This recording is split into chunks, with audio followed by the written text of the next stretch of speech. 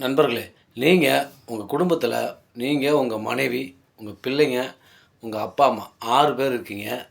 இந்த 6 பேர்கிட்டயும் நீங்கள் ஒன்று சொல்கிறீங்க, நான் ஒரு உண்டியல் ஒன்று வாங்கிட்டு வர போகிறேன். நம்ம 6 பேரும் ஒரு நாளைக்கு 10, 10 ரூபா அந்த உண்டியலில் போடுவோம். ஒரு வருஷம் கழிச்சு இந்த உண்டியலை உடைக்கணும் அப்படின்னு சொல்லிட்டு நீங்கள் எல்லாருமே ஒரு நாளைக்கு 10, 10 ரூபா போடுறீங்க.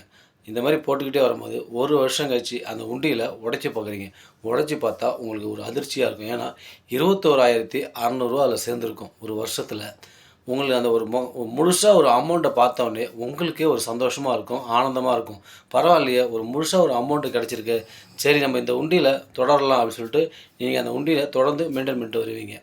இது வெறும் உண்டியல் மட்டும் கிடையாது நண்பர்களே.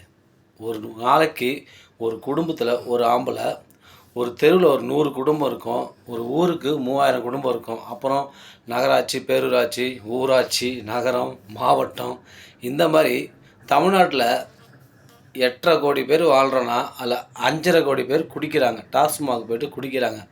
ஒரு ஆள்கிட்ட 10 ரூபா மட்டும் இல்லை, 20 ரூபா எக்ஸ்ட்ரா வாங்குறாங்க. 10 ரூபா, சரி 10 ரூபான்னு வச்சுப்போம், 10 ரூபா எக்ஸ்ட்ரா வாங்குறாங்க. அப்படின்னு பார்த்தா இந்த 5,500 கோடி பேர்கிட்ட ஒரு நாளைக்கு எவ்வளோ அமௌண்ட்டு நம்மக்கிட்டேருந்து இந்த அரசாங்கம் பிடுங்குது.